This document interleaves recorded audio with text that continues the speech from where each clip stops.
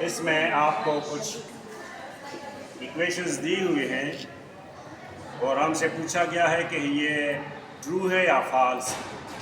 तो आप देखें यहाँ पर 3 इसका बेस है और इंडेक्स इसका 3 है, लेकिन यहाँ पर जो इक्वलिटी में दिया हुआ है उसका मतलब ये है कि उसका इंडेक्स 2 है और बेस हो तो ठीक है 3 है। तो इसमें क्या गलती है, यहाँ पर इसका इंडेक्स 3 है और यहाँ पर इसका इंडेक्स 2 है, तो ये इक्वल नहीं हो सकता और ये कहते हैं कि इक्वल है, इसलिए ये फॉल्स।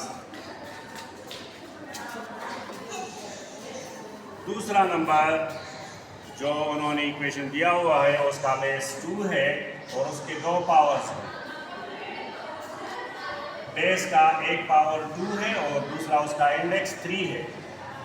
तो इंडेक्स की जगह तो इन्होंने सही लिखा हुआ है 3 और 2 स्क्वायर का मतलब है 4, तो ये बिल्कुल सही है। 2 स्क्वायर 2 का स्क्वायर है तो वो 4 है और इसका इंडेक्स 3 है, तो बिल्कुल ये करेक्ट है, यानी ट्रू है। इसी तरह आपका पार्ट नंबर 3, √49 = √7। ये तब सही होता अगर इसके ऊपर ये रूट ना होता।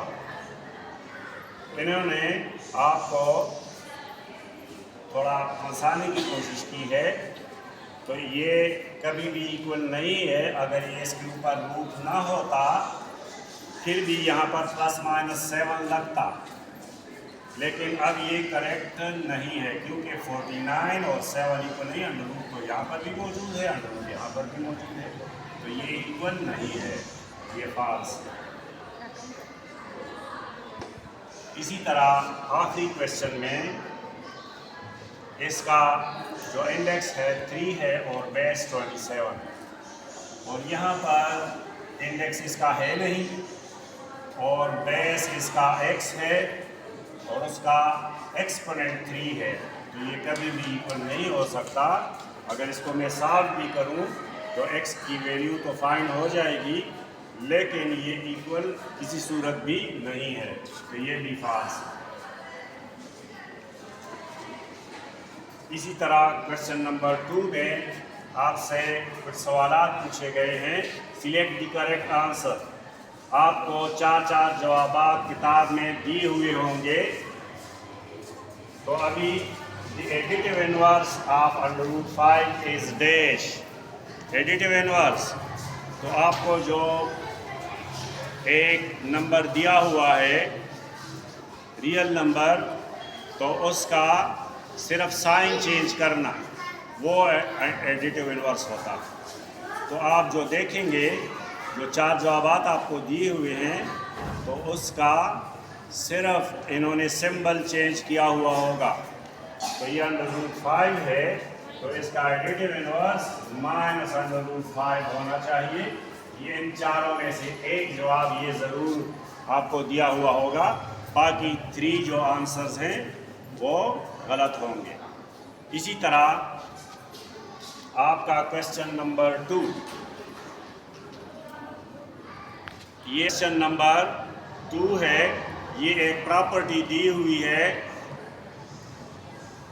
2 × 3 + 4 इज इक्वल टू 2 × 3 + 2 × 4। ये प्रॉपर्टी जब मैं आपको पढ़ा रहा था तो मैंने आपको बताया नंबर्स तो 3 एसोसिएटिव प्रॉपर्टी में भी होते हैं और डिस्ट्रीब्यूटिव प्रॉपर्टी में भी होते हैं, तो इसमें भी 3 नंबर्स हैं। लेकिन देखना ये है कि इसमें ऑपरेशंस कितने हैं। यहाँ पर ऑपरेशंस 2 हैं, एक मल्टीप्लिकेशन का और एक एडिशन का। और एसोसिएटिव में एक ही प्रॉपर्टी, नंबर्स तो 3 होते हैं लेकिन ऑपरेशन एक इस्तेमाल होता है। यहाँ पर 2 हुई है, इसलिए है ये जो है ये distributive property, distributive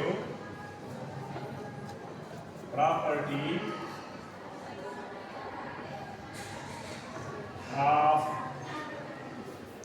of multiplication over addition. ये इसका जो है 4 चॉइसेस में से ये करेक्ट है। तीसरा नंबर क्वेश्चन, मैंने आपसे कहा था कि अंडर रूट -1 उसका मतलब है आयोटा, इनटू फिर दूसरा भी आयोटा। जब मैं आयोटा को आयोटा से मल्टीप्लाई करता हूँ तो उसका आंसर आता है आयोटा स्क्वायर, और आयोटा स्क्वायर जो है वो -1 के बराबर है।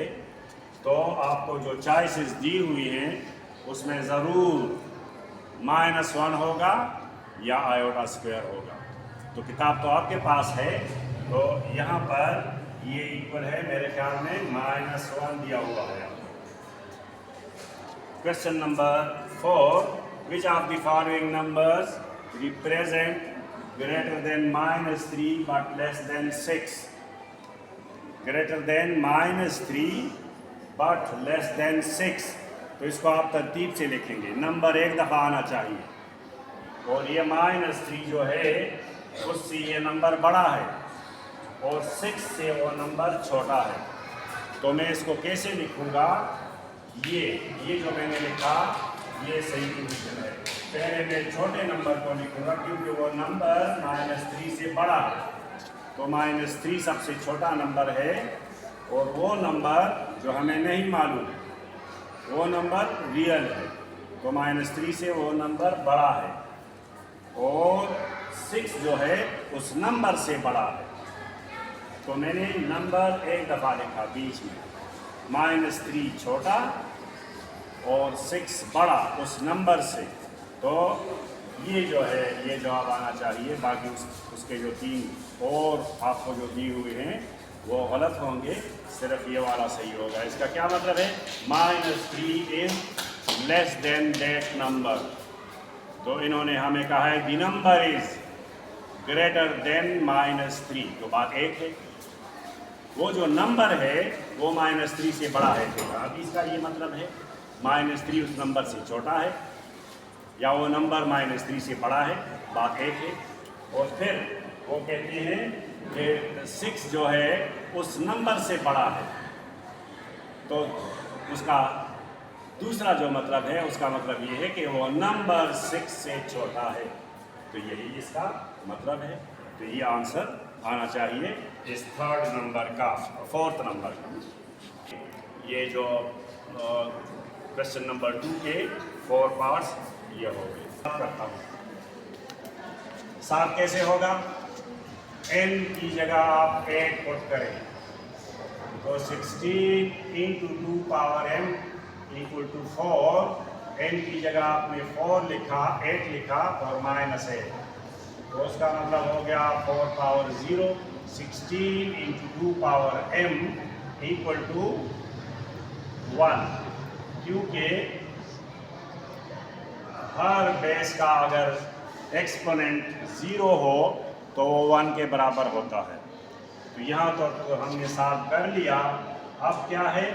2 पावर m = 1/16।